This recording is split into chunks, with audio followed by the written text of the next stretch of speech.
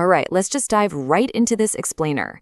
Today, we're demystifying Year 1 electromagnetism. And honestly, it's a pretty beautiful story about how two completely different forces somehow become one. I want you to think about that tiny static spark you get from a doorknob in the winter. You know the one. Now, think about the light traveling millions of miles from the sun to your eyes. What could possibly connect those two things? Well, we're going on a bit of an epic journey today, starting with simple static charges and ending with the true nature of light itself.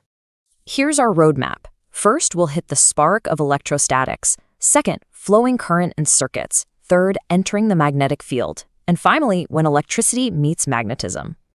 All right, part 1, the spark of electrostatics. Let's introduce the fundamental charge. So let's meet the very first character in our story, electricity at rest. Literally everything begins with the elementary charge, and it is an unfathomably small number. We're talking 1.602 times 10 to the negative 19 coulombs. Every single bit of electrical charge in the universe is built from this one fundamental block, and it follows this super simple universal rule. Like charges repel, and unlike charges attract. Put two positive charges or two negative charges together, and they actively push away from each other. But if you pair a positive with a negative, they pull right together. This simple push and pull, it's basically the foundation of our entire physical world. Now, let's translate Coulomb's law into plain English, because it can look a bit intimidating. All this equation is really saying is that the force gets stronger when the charges get bigger, and it gets exponentially stronger when you move them closer together. That's literally it. Big charges, close together, means a massive force. Pretty simple, right? Moving on to part 2, flowing current and circuits, putting charge into motion. Okay, so we've got a handle on charges sitting still. But what happens when we force these stationary charges to move? Well, that brings us to current. It's simply defined as the rate of flow of charge through a wire over time. And figuring out how it flows brings us right to Ohm's law, V equals IR. I like to imagine a water pipe here. Voltage is the push behind the water, resistance is an obstacle in the pipe, like maybe it suddenly gets narrower, and current is the actual flow of the water itself. Oh, and here's a totally wild fun fact for you. While we traditionally say current flows from positive to negative, the actual electrons are moving in the exact opposite direction. Yeah, physics is just full of little historical quirks like that. Now, when we arrange these electrical obstacles, the resistors, we basically have two main choices. In a series configuration, which is like a single chain, the total resistance adds up directly, and the exact same current flows through each one of them. But if you look at a parallel configuration, where the path actually splits into multiple branches, they share the voltage perfectly equally across each branch. It's just a beautifully organized system. Which brings us to part 3, entering the magnetic field, a seemingly different force. Up until now, we've really only talked about electricity, but the exact moment an electric charge gets some velocity and enters a magnetic field, this seemingly different force suddenly appears out of nowhere.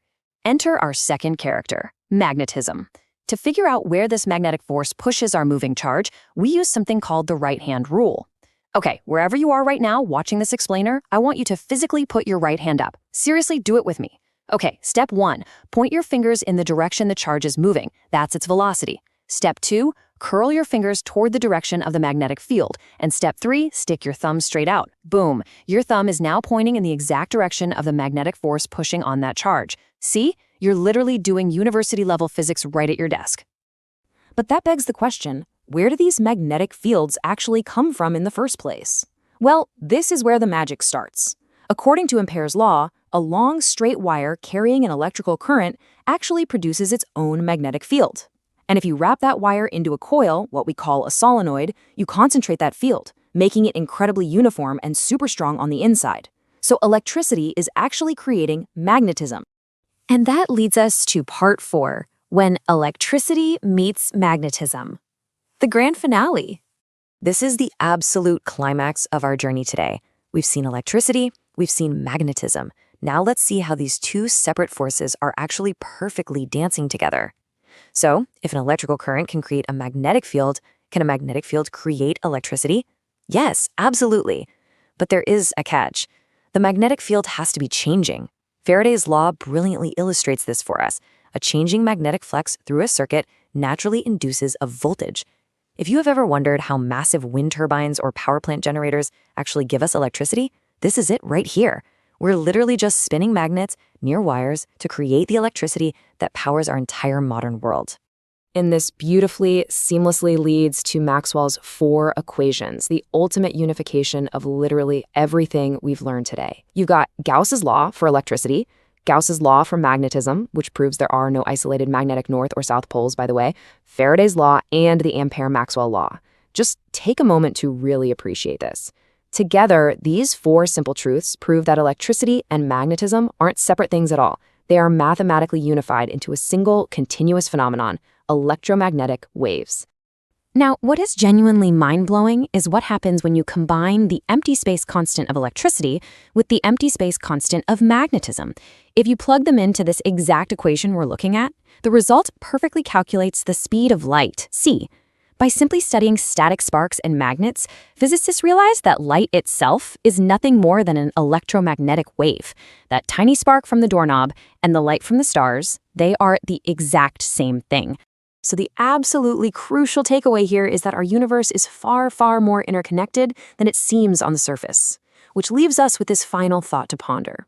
If simple, moving charges perfectly explain and create the very light we see, what else in our universe is just waiting for the right equation to connect it? Keep questioning, keep learning, and I'll catch you in our next explainer.